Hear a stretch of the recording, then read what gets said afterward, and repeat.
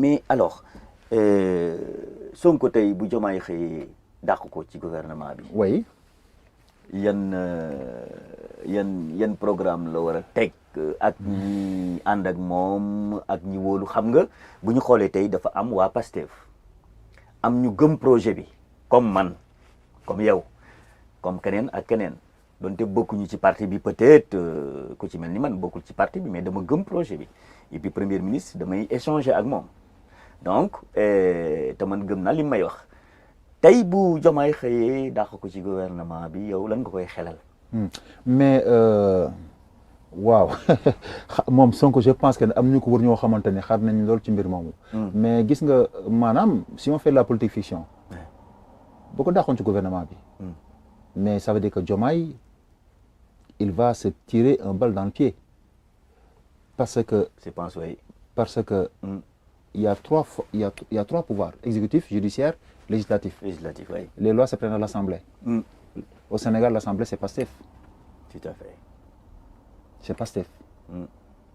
Donc, madame Sonko, bu ñu ko dàqoon.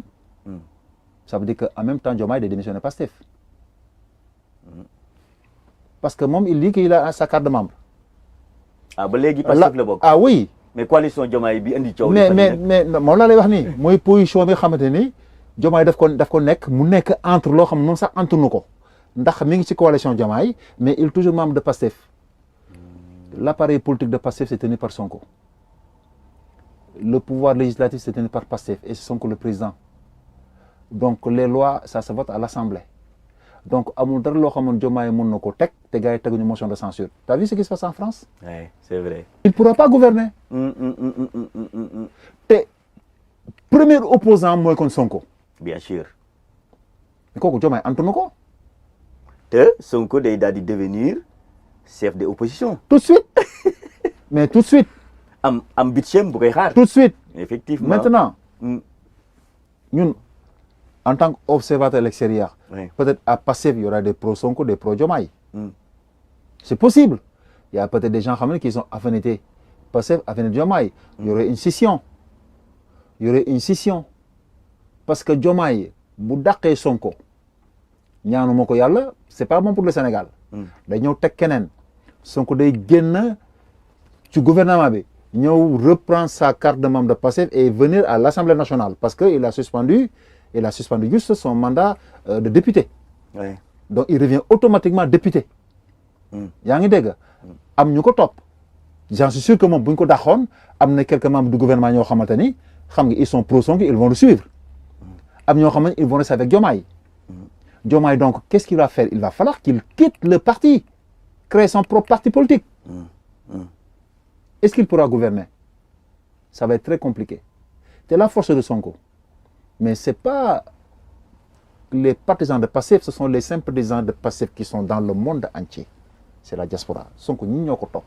Sonko bu génnoon Pastef dem créer partem tuddee ko parti zéro ñëpp dañuy ànd ak moom dem. gars yi loolu la ñu xamul. xeex bi ñu ko xeex ba dee ci ñu ci bari amuñu sax carte Pastef sëñ Cheikh. Diomaye il est dans une position tellement compliquée tellement inconfortable il y a juste deux issues te loolu nag nit ki mooy toog xool ci boppam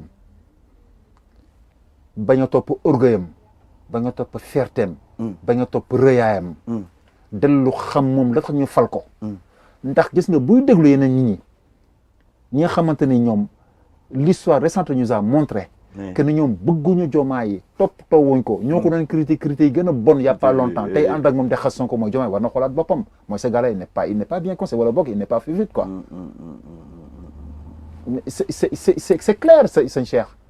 Diomaye yow ñi ànd ak yow nan la def coalition xoolal ce qui se passe bu ñu lay wax gars yi tur yi ñëw ci coalition Diomaye.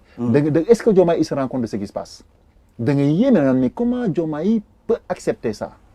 ci ñu naan coalition Diomaye ñoo xam ne ko daan saaga di ko traiter de tous les noms. Tous les noms, oui. Donc il y a un problème. Moom ce qu'il dit moi je suis toujours membre de Pastef. Il y a pas longtemps il a renforcé les prérogatives du ministère, du Premier ministre. Il a racheté des services, de non. Voilà. Tu as entendu, hein? Est-ce qu'il a renforcé le pouvoir de Sonko? Il ne l'a pas renforcé. Au contraire, il a délégué des services, ils sont rattachés à la primature. Ah oui? Oui. Ah oui, c'est Conseil des ministres mercredi dernier. Hein.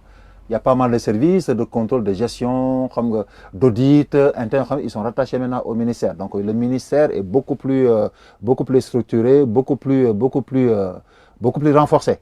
Sonko, il a encore beaucoup plus de travail à faire. Bref, passons. D'accord. Moi, madame, dafa mel ni kuy matt à côté. D'un côté, il dit des choses, d'un côté, il fait autre chose. Diomaye, jusqu'à présent, personne ne peut dire qu'est-ce qu'il y a dans la tête de Diomaye. Aujourd'hui, Ken ne peut dire Diomaye, qu'est-ce qu'il a dans sa tête. Qu'est-ce qu'il veut réellement? Mais c'est bizarre, hein? Voilà. Et moi, vous faites qu'il faut respecter les Sénégalais. Les Sénégalais se posent beaucoup de questions. Wow. Il faut regarder l'air devant les Sénégalais, devant les journalistes. Ils nous posent des questions sur Sonko. Ah oui. Je pense qu'il faut qu'ils le fassent. C'est vrai.